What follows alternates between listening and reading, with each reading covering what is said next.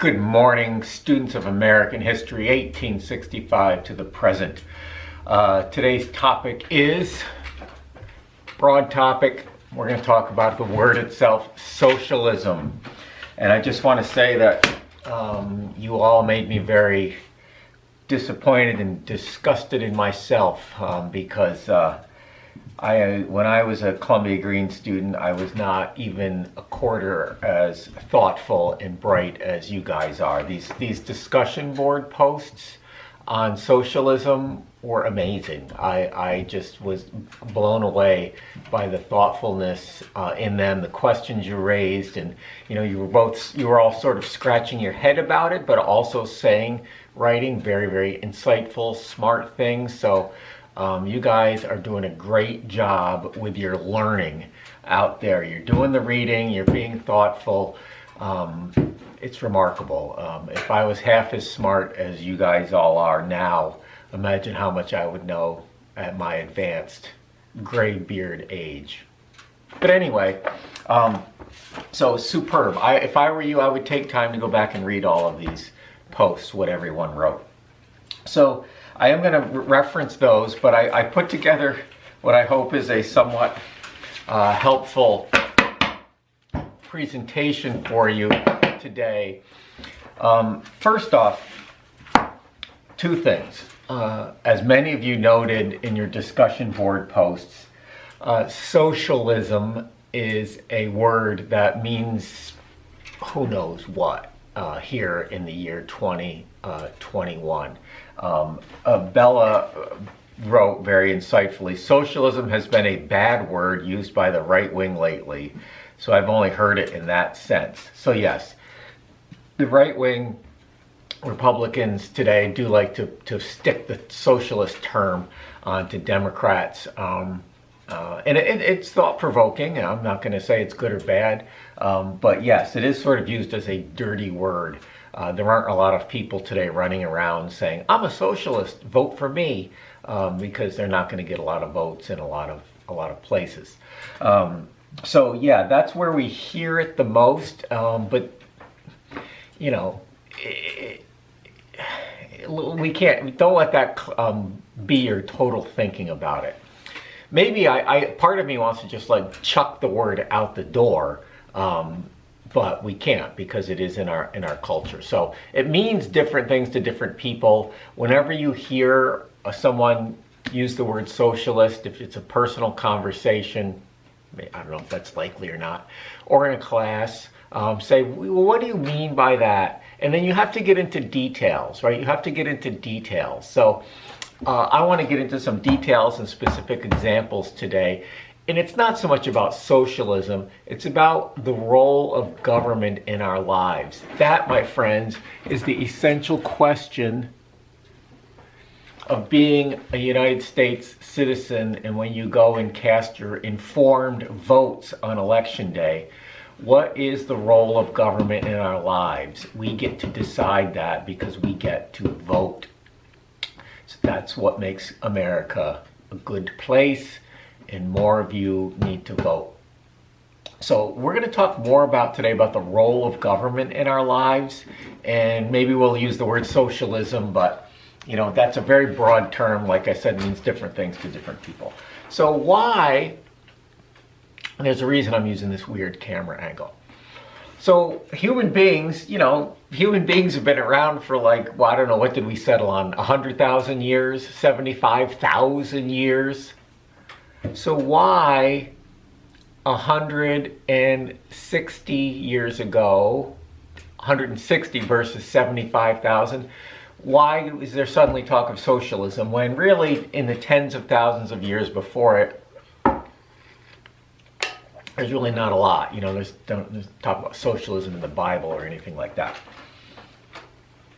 And it's because of our whole section of this class, the industrial age, because human beings figured out how to pump oil out of the ground, dig coal out of the ground, and turn that coal into unbelievable amounts of energy to power trains and boats and steel mills.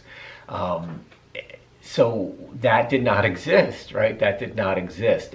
Before coal and oil, now natural gas, propane, before we figured out how to burn that stuff for energy, our energy was based on our own energy and power, right? Man power, woman power, and also horses. We still have the term horsepower, right?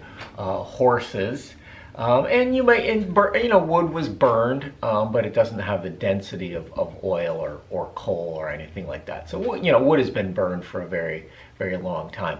But once we figure out how to dig this stuff out of the ground and burn it, industry takes off. And that changes everything. Absolutely everything changes, right? Remember, life in early America, 1700s, was very much like life was 1,000 years before that, very primitive, and then whoosh, big changes.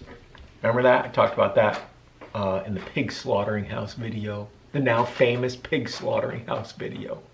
I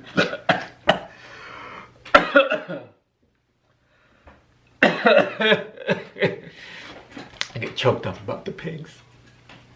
Okay, so in the late 1800s and right up to today, because it's a blink of an eye, this time period that we're studying really, the idea of industrialization, massive amounts of factories and production and machines. And then we have capital, the money, the investments that go into that, and they work together and they make some people extremely wealthy, right? Extremely wealthy. We talked about Carnegie and Morgan and Rockefeller and Frick and some others. Okay, extremely wealthy. And then nowadays it's Jeff Bezos and Bill Gates and Warren Buffett and all of that stuff. So you have super rich, and then in the late 1800s, you have all these people down here working very dangerous conditions, terrible conditions for almost no money. They're thin, they have no health care, and they work to the day they die. They never, the dream of retirement, right, which we all sort of plan on, this vague idea of retiring and someday not working, right? I hope to be retired 20 years, right? If I retire at 60 and die at 80, 20 years of not working. My God, 100 years ago, no one imagined 20 years of not working. You worked until you could work no more, and then you died, period. Simon's over there. He looks completely fascinated by this. Simon, you are retired all the time, buddy. You are retired constantly. Your whole life is retirement. Huh? It is, isn't it? Actually, he works hard. He's such a good cat. Okay. So that's why, industrial and capital, and then all these people are working in factories and on railroads. They're not sort of independent farmers of early America where you raised your own food, you sold a few things, you bought a few things, but otherwise your life was in your farm, and then you left your farm once in a while to go to the store, to church, but otherwise you had your own little world. You didn't worry about capital and labor and these big ideas. You didn't have to unionize as a farmer yet. They sort of unionized later. So anyway, that's the industrial and capital. That's why you suddenly have to talk about socialism, because the workers are like, screw this, I'm working 10 hours a day in a 120-degree steel factory, putting my life on the line every day just so I can get enough food to eat. The heck with that. So these people can be unbelievably wealthy and build mansions and have 300-foot yachts. What? So socialism starts out in response to industrialization and capital. So that's very important, right? That's very important. That's where the idea comes from, that people need to sort of band together and fight these larger forces. So socialism, in its extreme sense, is owning the means of production, right? Fancy economic term. The people own everything. There are no rich fat cats, and everything is spread out equally, and the people do this through something called the government. If only that worked. To me, and this is a Berninger view, you do not have to share this view, that sort of extreme, it was tried in the Soviet Union, Union of Soviet Socialist Republics. It's now broken apart, and now Russia is sort of carrying that on. Whatever, China, Cuba, you end up with a government that's way too powerful, and then you have dictators who take over, people who get their hands on that power. So instead of super rich private people, you have super rich, powerful government people who still control the masses and what happens with the masses. So extreme socialism, communism, Berninger view, if you want to be a socialist communist, that's your choice, right? Maybe I'm wrong here, but it just hasn't worked because somebody always winds up in charge, and power is very corrupting to people.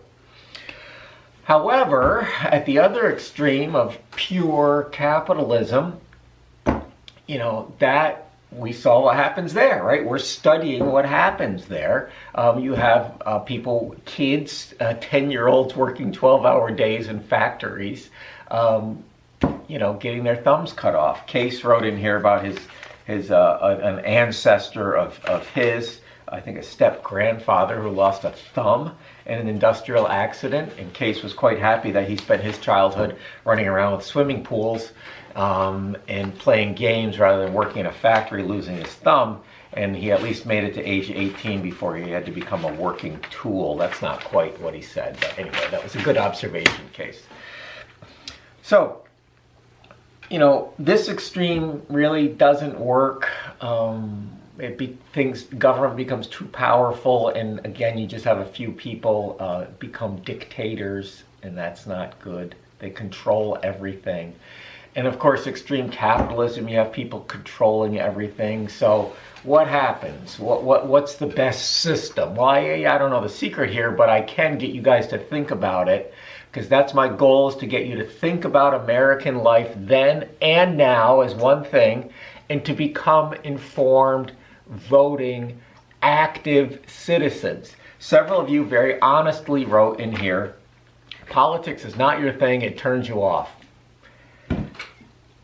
I definitely understand that without question. The more politicians you watch on TV, the more you go, for the most part. However, you got to do it. You have to do it. It's work to be a good citizen, right? It is work to be a good citizen, but we all reap the benefits when people cast informed votes, when people find good news sources, New York Times, Wall Street Journal. I do think the major TV networks, I don't know. I think they're okay. The stories are too short, but I digress. I know a lot of you are like, oh, politics. And I get it, but you got to do it. You've got to pay attention. You've got to vote. You've got to find the connections between government and your life and everybody's life. It is your responsibility. It's part of your job to be a good citizen and a good person, really, in the United States. All right, so it turns out I did not need this weird camera angle in part 1 here, but I am going to use it right when I start part 2. See you in a minute.